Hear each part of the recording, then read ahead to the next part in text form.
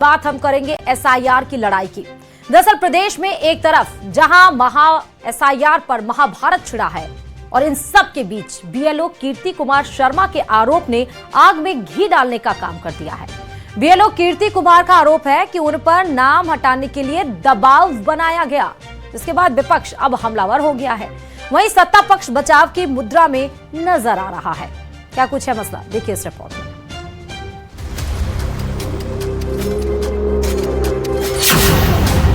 SIR पर सियासत है, बीएलओ के बयान से मचा बवाल, विपक्ष ने सरकार से किए सवाल। हवा महल विधानसभा क्षेत्र से बीएलओ कीर्ति कुमार शर्मा के आरोप ने प्रदेश की सियासत को एसआईआर के मसले पर सुलगा दिया है। कीर्ति कुमार शर्मा ने अपने आरोप में हवा महल से बीजेपी पार्षद सुरेश सैनी पर दबाव बनाकर 467 वोट काटने का गंभीर आरोप लगाया। इतना ही नहीं, परिवार समेत कलेक्ट्रेट पर जान देने की धमकी भी दी। एक तरफ बीएलओ की वीडियो वायरल हुई तो दूसरी तरफ सियासत हाई हो गई। कांग्रेस प्रदेश अध्यक्ष गोविंद सिंह डोटासरा, नेता प्रतिपक्ष टीकाराम जूली ने सवाल उठाए। हमारे राजस्थान में एसआईआर चल रही है। पहली बात तो इस एसआईआर की आज की तारीख में यहां पर आवश्यकता नहीं थी, क्योंकि अभी चुनाव में 3 साल से अधिक समय है और एसआईआर के चलने के कारण से हमारे नगर निकाय और पंचायत राज के चुनाव भी लेट हुए। और दुर्भाग्य है कि एसआईआर होके भी जब पूर्ण होने लगी तब पुरानी वोटर लिस्ट से, जिसको फर्जी वोटर लिस्ट चुनाव आयोग के द्वारा बताया जा रहा है, उसके आधार के ऊपर पंचायत राज के चुनाव करा रहे हैं। एसआईआर में जो प्रक्रिया चली उसमें हमारे बीएलए ने पूरी तरीके से इसमें साथ दिया, भाग लिया। कल फिर जानकारी मिली कि 12,500 फार्म आए हैं और आज भी जो मुझे जानकारी मिली कि लगभग 7-8 हजार 10,000 फॉर्म और वो लोग देके गए हैं। जब हमारे कार्यकर्ता वहां ऑफिस में गए तो जो स्टाफ था उनसे पूछा कि भाई फार्म किसने जमा कराए हैं, उन्होंने नहीं बताया और वो ऑफिस छोड़ के चले गए। नए वहां पे निर्वाचन अधिकारी विधानसभा के मिले और जब जिला निर्वाचन अधिकारी से बात की तो उन्होंने भी ये नहीं बताया कि फॉर्म आए कहां से, कौन देके गया है। मैं सबसे पहले तो ये डिमांड करता हूं कि वहां के सीसीटीवी कैमरा जरूर लगे होंगे, उनको निकाला जाए कि फॉर्म कौन देके गया है। ये मेरा क्वेश्चन है। विपक्ष का साफ कहना है कि जिस वोटर लिस्ट को फर्जी बताया गया उसी के आधार पर पंचायत राज के चुनाव कराए जा रहे हैं। विपक्ष प्रदेश में एसआईआर की जरूरत से भी इनकार कर रहा है, लेकिन बीजेपी का साफ कहना है कि वोट लिस्ट से नाम जोड़ना और हटाना निर्वाचन आयोग का काम है। बीजेपी प्रदेश महामंत्री शवर सिंह बगड़ी का आरोप है कि कांग्रेस झूठ बोलकर गुमराह करने का काम कर रही है। मतदाता सूची में नाम जोड़ने और हटाने की एक प्रक्रिया तय है, जिसमें मृत व्यक्ति है या 2 जगह कोई वोटर लिस्ट में नाम है या कोई बाहरी व्यक्ति है, उसको हटाया जाएगा एसआईआर के तहत। इस प्रक्रिया के लिए सभी राजनीतिक संगठन में बीएलए 1 और बीएलए 2 नियुक्त किए गए हैं, जिनके द्वारा फॉर्म की जांच करना, नाम जोड़ना या हटाने का जो अधिकार है वो निर्वाचन आयोग का है। आपत्ति देने का अधिकार बीएलए 1 और 2 का है। एक तरफ एसआईआर पर आरोप प्रत्यारोप जारी है, वहीं दूसरी तरफ अलवर और बगरू में एसआईआर में नाम काटने को लेकर कांग्रेस कार्यकर्ताओं और लोगों ने प्रदर्शन किया। अब कौन सच बोल रहा है और कौन झूठ, ये जनता तय करेगी। लेकिन इस वक्त विपक्ष सत्ता पक्ष और सत्ता पक्ष विपक्ष को गलत साबित करने की पूरी कोशिश में लगा है। Bureau report, news 18 Rajasthan. और वहीं चित्तौड़गढ़ में भी वोटर लिस्ट में भारी धांधली का आरोप लगाते हुए कलेक्ट्रेट चौराहे पर धरना प्रदर्शन का विरोध दर्ज कराया गया। कांग्रेस नेताओं ने कहा कि पंचायत राज चुनाव और नगर परिषद चुनाव को देखते हुए सही नामों को काटने की तैयारी को लेकर फर्जी आपत्तियां पेश की जा रही हैं, जिसकी 3 पीढ़ी वोट दे रही है। ऐसे परिवारों के नाम काटने की साजिश रची जा रही है। ऐसे गलत काम करने वाले, सही वोटों की चोरी करने वाले कर्मचारियों को नामजद किया जा रहा है। लोकतंत्र के हत्यारे हैं, ये लोकतंत्र को खत्म करना चाहते हैं, ये उसी तरह का राजशाही लाना चाहते हैं। जिस तरह की चीन के अंदर है, जिस तरह से सोवियत संघ के अंदर है कि नरेंद्र मोदी जी की सत्ता चलती रहे। बिहार में इन्होंने ये किया। अभी तृणमूल कांग्रेस बंगाल के अंदर इस चीज पर संघर्ष कर रही है।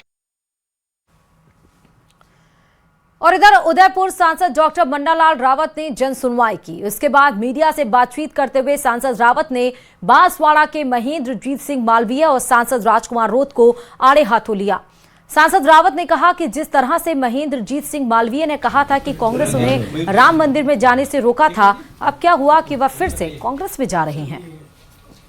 किसी और ने कब्जा करने का लिखा आपने?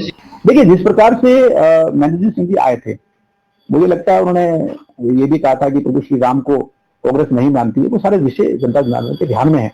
और जिस प्रकार से कांग्रेस में गठबंधन करके राजकुमार रोत को सांसद के रूप में जिताया और बागी के विधायक को जिताया, वो विषय सबके जानकारी में। मुझे लगता है नया जो डेवलपमेंट है उसके बहुत सारे विषय हैं, कहीं बाबूलाल कटारा का विषय है, कहीं राजनीतिक एंगल है। मुझे लगता है समय का इंतजार करना चाहिए, बहुत जल्दी तस्वीर जो है वो क्लियर होगी। और चलिए अब बात करते हैं वसुंधरा राजे के बयान की और किस ओर इशारे की। दरअसल झालावाड़ के जिले के उन्हेल नागेश्वर से गुरुवार यानी आज 15 जनवरी को सांसद दुष्यंत सिंह ने जनसंवाद पदयात्रा का शुभारंभ किया। पूर्व सीएम वसुंधरा राजे ने पदयात्रा को झंडी दिखाकर रवाना किया, जिसके सियासी मायने निकाले जा रहे हैं। सुनिए जरा।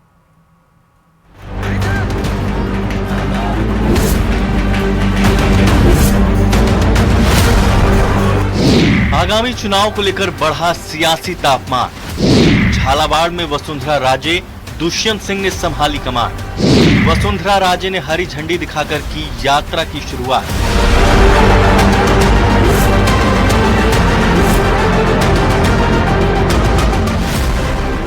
सियासत में ऐसे मौके बहुत कम आते हैं जब आम और खास का फर्क मिट जाता है। जिस माननीय की एक झलक के लिए पब्लिक ललायत रहती है, वो खुद कच्चे पक्के रास्ते से जनता जनार्दन तक पहुंचता है, उसके साथ तस्वीरें खिंचवाता है, अपने हाव भाव और बोलचाल से आश्वस्त करता है कि वो उनके बीच का है, उनके हर सुख दुख में उनके साथ खड़ा है। तस्वीरें झालावाड़ की हैं। 15 जनवरी से झालावाड़ 12 सांसद दुष्यंत सिंह ने डग विधानसभा क्षेत्र के गंगधार उपखंड क्षेत्र में 3 दिवसीय जन संवाद पदयात्रा की शुरुआत की। ये यात्रा हमारे सभी मंडल के बीच में जाएगी। हम लोग सभी कार्यकर्ता बंधुओं से मिलेंगे, सभी बड़ों से आशीर्वाद लेंगे, युवाओं से उनके साथ चल के उनकी समस्या सुनने का मुझे समय मिलेगा। आपके निवास पे मुझे ठहरने का मुझे अवसर मिलेगा, आप सबसे बातचीत करने का मुझे अवसर मिलेगा और पंचायत से पंचायत तक जोड़ने का हमें अवसर मिलेगा। पदयात्रा की शुरुआत से पहले उन्हेल स्थित नागेश्वर मंदिर में वसुंधरा राजे और दुष्यंत सिंह ने दर्शन किए। जैन तीर्थ में मौजूद जैन संतों का आशीर्वाद लिया। वैसे आशीर्वाद पदयात्रा के शुभारंभ से पहले आयोजित जनसभा को संबोधित करते हुए पूर्व सीएम वसुंधरा राजे ने कहा कि जब वे सांसद थीं तब पदयात्रा करती थी, पांव में छाले पड़ जाते तो उन्हें पिन से फोड़कर आगे बढ़ जाते। मैं चलती रही उम्र भर दुआओं के साथ। पांव के छाले कभी मेरी राह नहीं रुक पाए। कि जो 2001 में हम लोगों ने यात्रा की थी, हमने शुरू किया था 4 विधानसभा को हाथ में रखते हुए अपन लोगों ने 2001 में लिया था। विमल, अपने 4 विधानसभा को अपन ने कितने दिन में फिनिश किया था? कितने दिन लगे थे? 30 कुछ दिन अपने को लगे थे। इस बार राजा से हम करा रहे हैं हर मंडल के अंदर 2-2 दिन।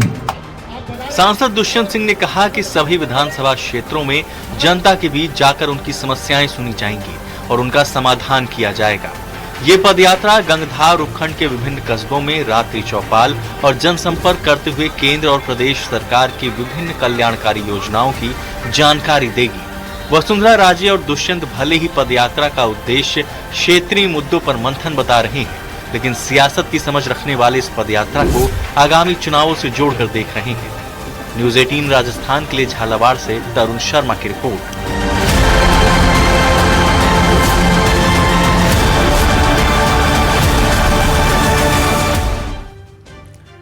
और चलिए सीधी बात अब करेंगे जोधपुर से बड़ी खबर की, जहां मिर्धा फार्म की 150 गज जमीन को लेकर विवाद सामने आया। दरअसल पूर्व सांसद ज्योति मिर्धा ने इस पर एफआईआर दर्ज कराई है। चचेरे भाई मनीष मिर्धा पर ज्योति मिर्धा ने केस दर्ज कराया है। प्रतापनगर थाने में जबरन घुसपैठ तोड़फोड़ का केस दर्ज किया गया है। 10 से 12 लोगों के साथ फार्म हाउस में घुसकर ताले तोड़े गए। दूसरा पक्ष बोला विवाद जमीन नहीं, पैतृक समाधि स्थल बचाने का है। तनाव को देखते हुए समाधि स्थल पर पुलिसकर्मी तैनात कर दिए गए हैं।